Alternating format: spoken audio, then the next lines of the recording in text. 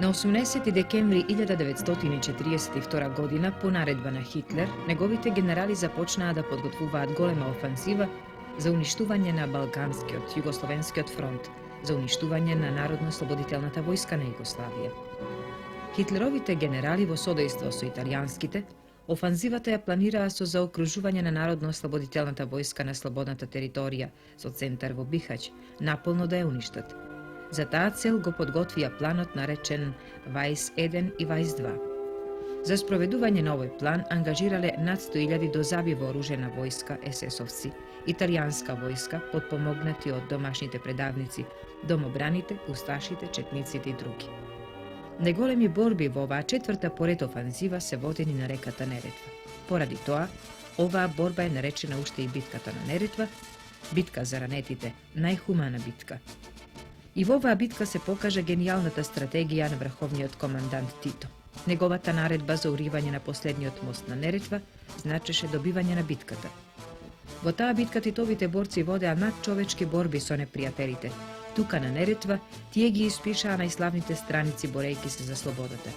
Во оваа битка на дело се покажа дека народот здружен со борците кои се бори за слобода не може да биде уништен. Победата беше на страната на борците што се бореа за слобода. На борците кои во најтешките борби не ги оставија ранетите. Сите ранети беа префрлени на новоослободената територија во Црна Гора.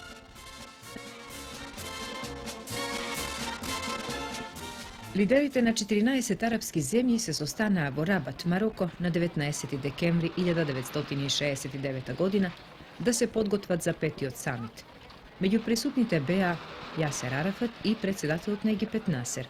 Конференцијата ја отвори суданскиот председател Нимери, кој бараше сите 14 земји да се обединат против Израел за да ги ослободат окупираните арапски територии. Тој исто така побара да им се даде апсолутна поддршка на палестинските командоси. И алжирскиот председател Бумедиен го поддржа ставот за ослободување на арапската територија. أصحاب الفخامة أصحاب السمو أصحاب السعادة سادتي. Застрашувачка силна експлозија на вулкан беше сликовито илустрирана на овие извонредни снимки на ерупција на вулканот Етна, кој еруптира на 18 декември 1950 година.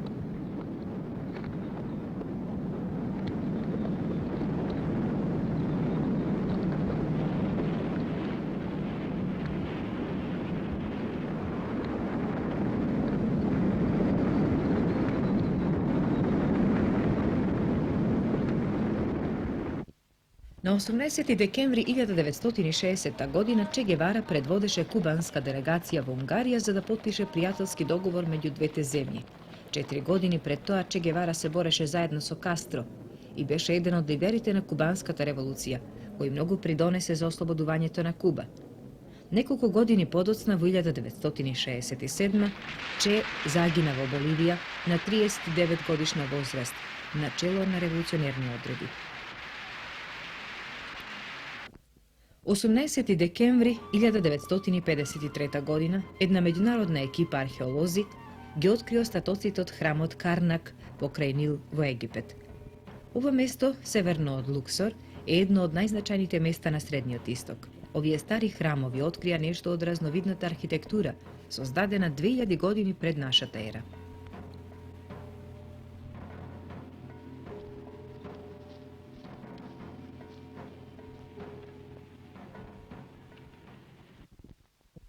На аеродромот Крајдон во близина на Лондон на 18 декември 1931 година скоро 1 тон божични честитки пристигнаа со авион од Австралија. Тоа беше првата авионска поштенска пратка на оваа релација.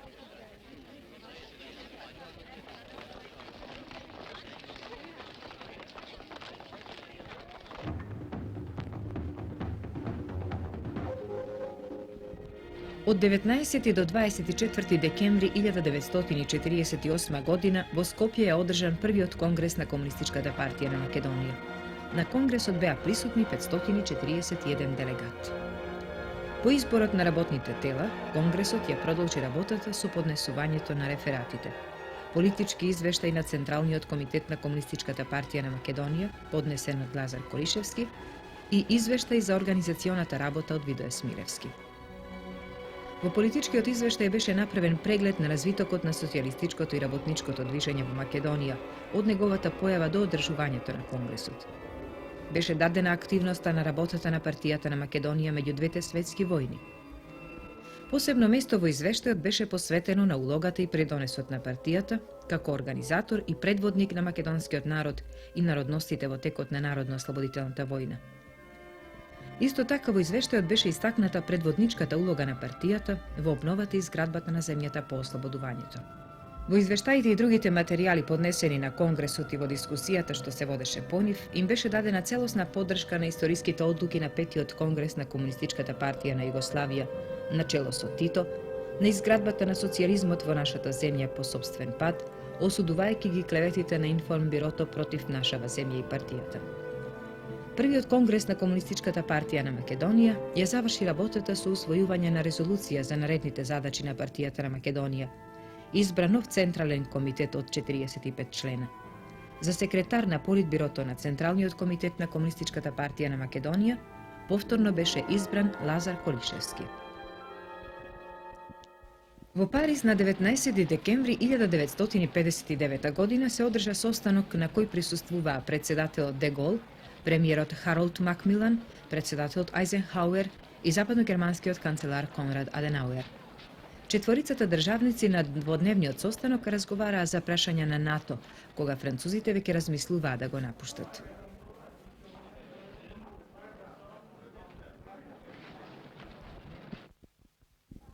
На 19 декември 1977 година боливискиот воен диктатор генерал Хуго Бансер ја објави својата одлука дека нема да се кандидира на изборите следниот јули. Оваа одлука Бансер ја донесе по 6-годишното владење, кое го започна кога го собори од власт Хуан Хозе Торес, председател на левицата во 1971 година.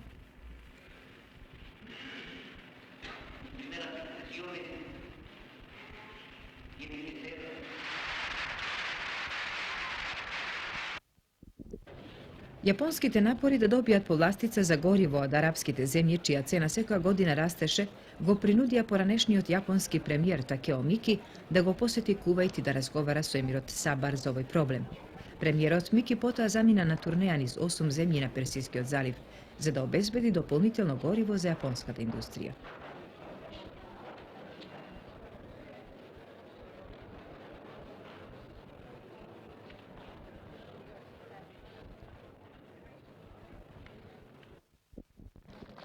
Една несреќна случка и дозволи на камерата да улови еден мачен момент на живот и смрт. Ова се случи на овој ден во 1929 година, кога пилотот на оваа едрилица падна и веднаш настапи смрт.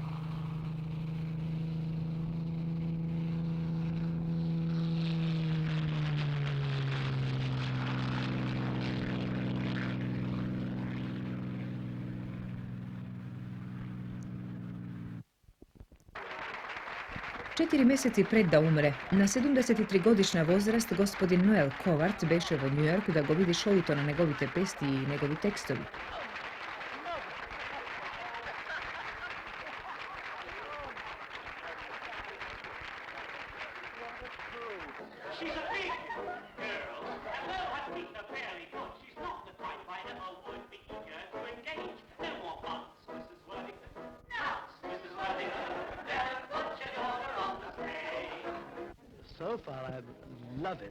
Брилијантен, талентиран како актер, драматург и полн со дух, Ковард беше познат едноставно како мајстор.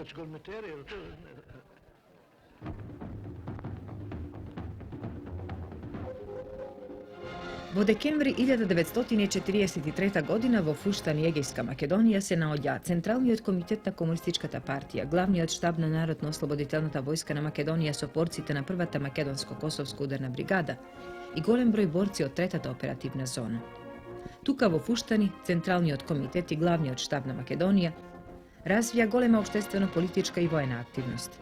Имено на 20 декември 1943 е формирана втората македонска ударна бригада. Како и другите единици, и оваа македонска бригада се прослави низ својот борбен пат, водејќи тешки и крвави борби со окупаторите во Македонија. Втората македонска ударна бригада во наредниот период стана синоним на борбата во Тиквешијата и Гевгелиско за време на февруарскиот поход, па и потоа. На 21 декември 1943 во Фуштани е одржано партиско советување, познато како Фуштанско партиско советување. На советувањето беа разгледани дотогашните воени искуства и можностите за отпочнување по големи борбени акции. Беше разгледана можноста за проширување на востанието низ цела Македонија. Беше разгледувано и прашањето за поорганизирано прифаќање на новите борци кои секојдневно пристигнуваа во единиците. Заклучоците и решенијата на ова советување имаа големо значење за натамошниот од на револуционерната борба во Македонија, кои се одразија во февруарскиот поход, борбите во Повардарието, во Кумановскиот реон и во другите места во Македонија. На 22 декември 1943 година во Фуштани се одржа и првиот конгрес на НОМСМ, Народно-ослободителниот младински сојуз на Македонија. 288 младински делегати кои присуствуваа на конгресот донесоа одлуки од историско значење. На конгресот тие се договорија да ја зајакнат борбата против окупаторите, да се ангажираат и да ја помагаат борбата за создавање нова народна револуционерна власт, да работат врз културно-просветното истигање на младината во услови на војна и така натаму. На 20 декември 1963 година во Франкфурт, Западна Германија, започна едно од најгрозните судења. 22 мажи и жени кои работеа како медицински персонал во злогласниот концентрационен логор Аушвиц во Полска беа обвинети за убиство на 3 милиони луѓе. Обвинетите рекоа дека затворениците умирале од отровен газ, од инјекции, бесење, од разни заразни болести и од телесно мачење. Северна Ирска, 20 декември 1971 година. Бомбардирањето не престануваше на градовите Белфаст и Лондондери. Во двата града беа нападнати продавници и стоковни куќи, додека ИРА започна своја кампања против комерцијалниот живот во провинцијата.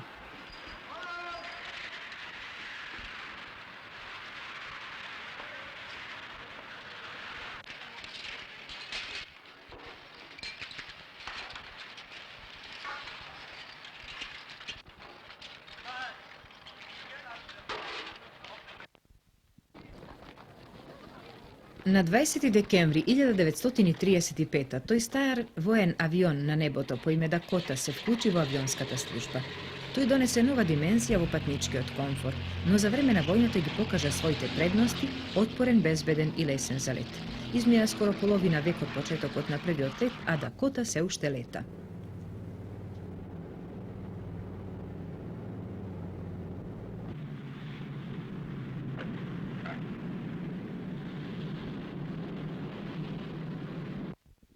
Ричард Хонек имаше 20 години кога беше осуден на доживотна робија поради нанесување смртоносни бодежи на еден наставник. Тоа се случило во 1899 година.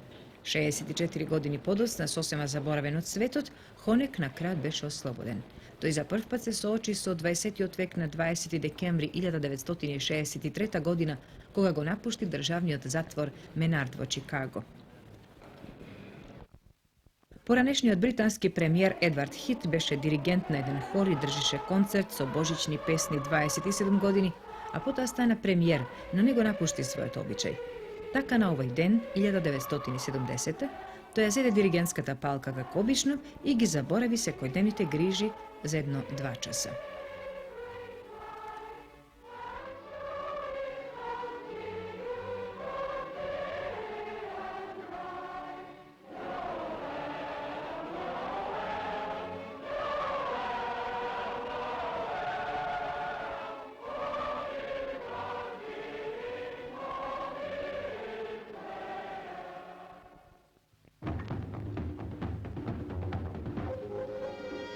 На 21 декември 1976 година во центарот на високите воени школи во Белград претседателот и врховниот командант на оружените сили на Социјалистичка Федеративна Република Југославија и маршал на Југославија Јосип Броз Тито е промовиран за прв доктор на воени науки. Ова промовирање на Тито за прв доктор на воени науки значеше големо признание за неговиот придонес за развојот на оружените сили на Југославија. Оваа промоција за прв доктор на воени науки значеше признание како на прв човек на нашата револуција, прв војник на нашите оружени сили, градител и творец на современата историја на југословенските народи и народности, градител на братството и единството, творец на концепцијата на општонародната одбрана и самозаштита на нашата самоуправна, социјалистичка, неврзана Југославија. Генерал Џорџ Патон, американски командант во Втората светска војна на Европскиот фронт, умре на 21 декември 1945 година. Тој ќе остане познат по негова замисла за употреба на масовни тенковски единици со кои американската армија напредуваше од Нормандија кон Германија во последните месеци на војната. Малком Литл беше еден од првите поборници на американското движење за граѓански права во 60-тите години. Малком беше и за употреба на насилство и поради тоа не се согласуваше со повеќето лидери за граѓански права. И покрај тоа Малком остана призната личност на црнците во Америка во нивната борба за равноправни граѓански права.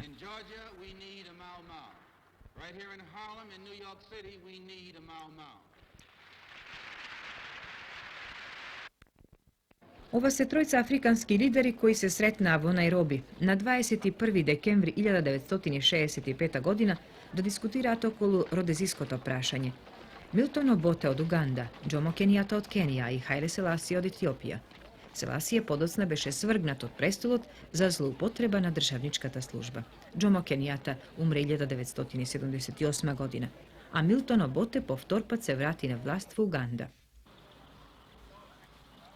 Најславниот фудбалски играч на Англија Стенли Метјус се уште играше фудбал иако имаше 59 години. 33 години беше десно крило на англиската репрезентација и во клубовите Стоук Сити и Блекпул, каде што Метјус покажа целосна физичка подготвеност.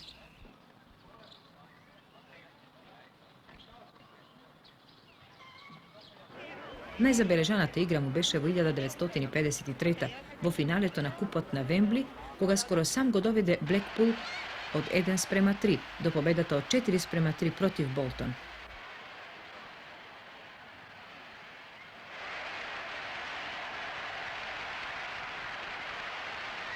Во 1965 од кралицата Елизабета беше прогласен за витез.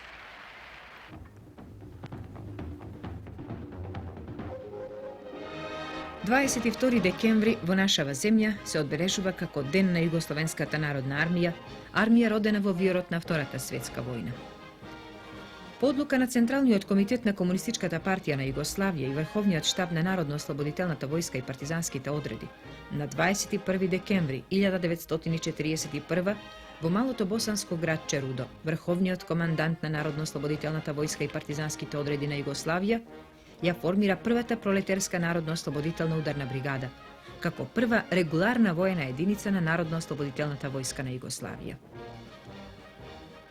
Другиот ден, бригадата го имаше првиот воен судир со непријателските сили и затоа тој ден се одбележува како Ден на Југословенската народна армија. Во натамошниот тек на Народно-ослободителната борба, секој ден се зголемуваше бројот на партизанските сили од новодојдените борци, од кои се формираа нови единици, нови бригади, потоа дивизии и корпуси. На завршувањето на војната во 1945 година оружените сили на југословенските народи изнесуваа 800.000 борци, кои беа организирани во 4 армии. На 1 мај 1945 Народно-ослободителната војска и партизанските одреди на Југославија беа реорганизирани и преименувани во Југословенска армија со генерал-штаб. А на 22 декември 1951 година Југословенската армија го добива името Југословенска народна армија. Југословенската народна армија ги продолжува традициите од народно-ослободителната борба и има единствена задача да ги чува придобивките од револуцијата, територијалниот интегритет на нашава земја и најголемата придобивка – слободата и братството и единството на народите и народностите во Социјалистичка федеративна република Југославија.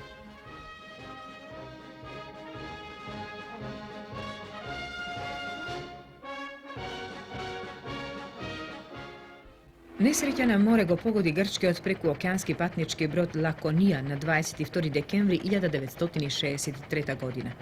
Со 650 патници и екипаж од 300 луѓе бродот крстосуваше во близина на Мадера, кога го зафати пламен, Во пожарот загинаа 80 патници и 30 членови на екипажот.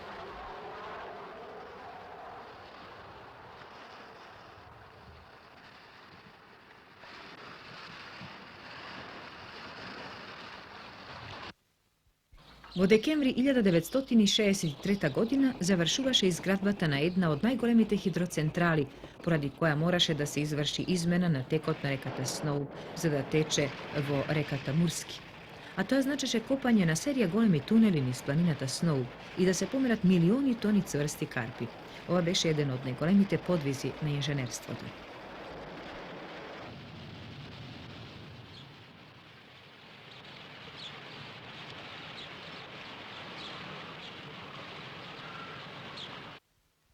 Советските научници употребија поимпресивна метода 7 години подоцна. Тие детонираа една подземна нуклеарна справа за да направат резервоар. Ископаа дупка во земјата длабока 100 метри со пречник од 430 метри и ја употребија за резервоар за наводнување.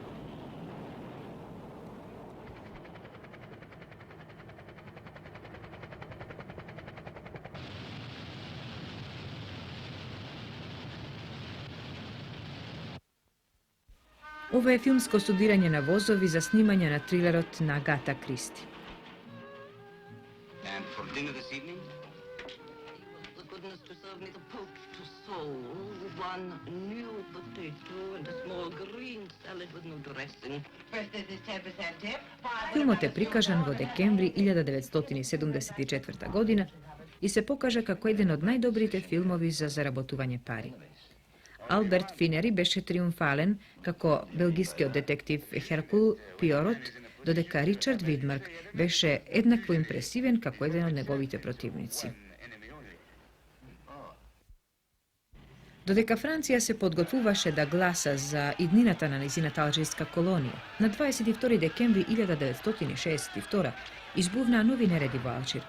До кулминација на нередите дојде со посетата на председателот де Гол на Алжир. 2 недели подоцна Француското народно собрание гласаше Алжир да се прогласи за независна држава.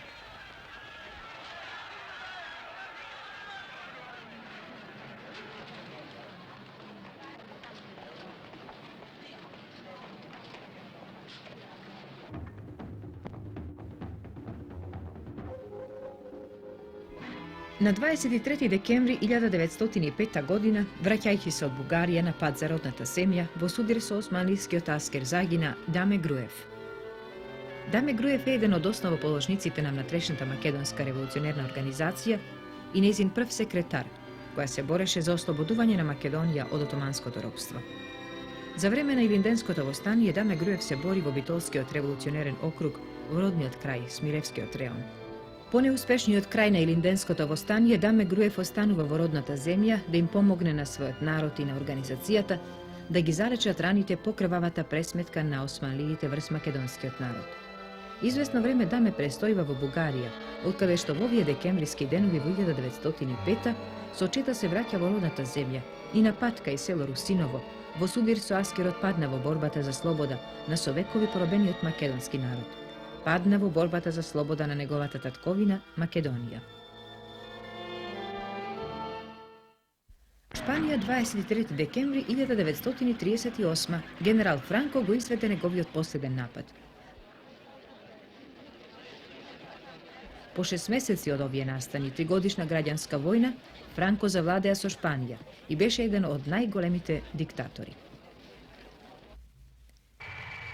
На 23 декември 1972 година умре еден од најистакнатите светски пионери во авиацијата, советскиот конструктор Андреј Туполјев. Под негово раководство беа изработени 120 авиони, вклучувајќи го советскиот суперсоничен авион. Туполјев целиот свој живот работеше непрекинато за да може Советскиот сојуз да ја задржи предноста во воздухот, особено со патничките авиони. Тој својот прв авион го конструира во 1923 и остана најдобар конструктор се до неговата смрт на 84 годишна возраст.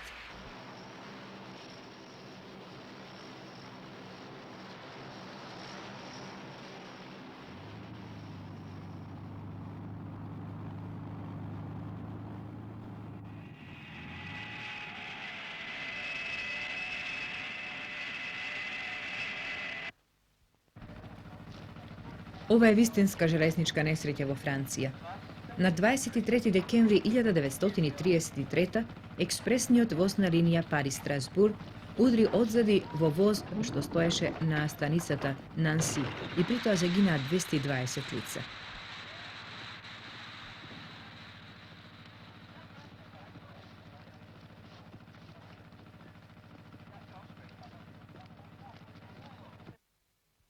На овој ден во 1962 година заврши серијата со станоци меѓу британскиот премиер Харолд Макмилан и председателот Џон Кенеди.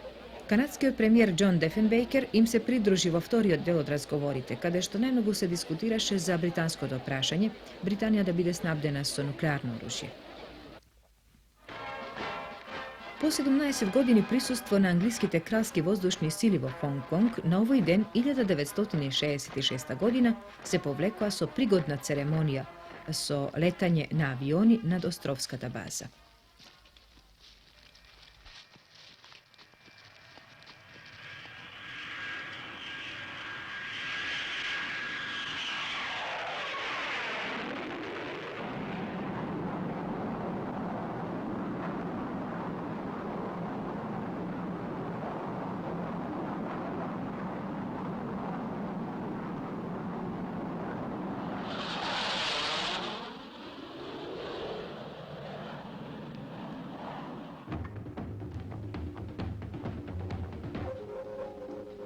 На 24 и 25 декември 1934 година во Љубљана е одржана четвртата конференција на Комунистичката партија на Југославија во присуство на 11 делегати.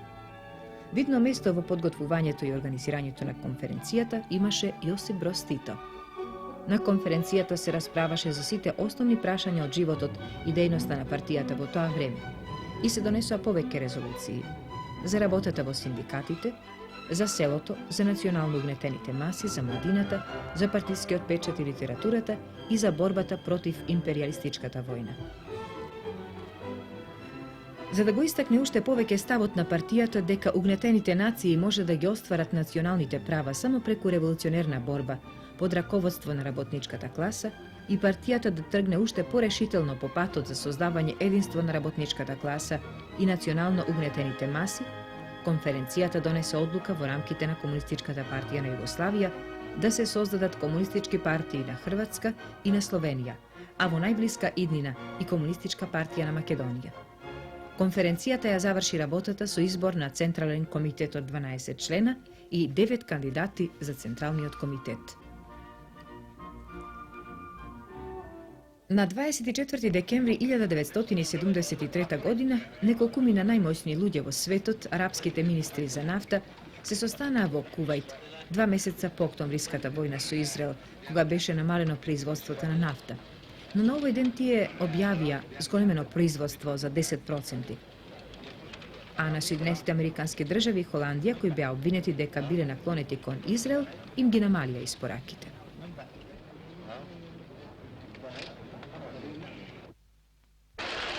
Вечерта спроти Божич во 1972 година папата Павле помина 50 километри од Рим за да посети 3000 италијански рудари кои работеа на еден тунел за железница. 75 годишниот папа ја одржа специјалната миса за рударите во Карпите 3 километри во тунелот. Тој рударите ги нарече херои на трудот и рече дека ги посетил за да им покаже дека не се заборавени.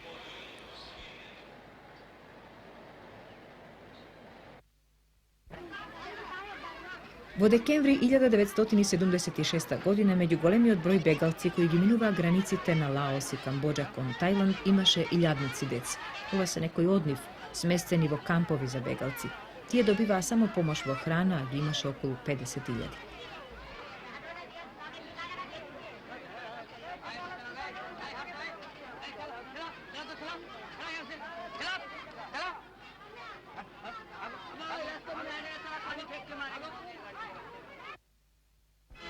На далеку познатите црквени оргули во Пекс, Унгарија, им требаше комплетно обновување со 5500 жици во употреба од 80 години. На 24 декември 1975 година неверојатниот инструмент пак беше во употреба.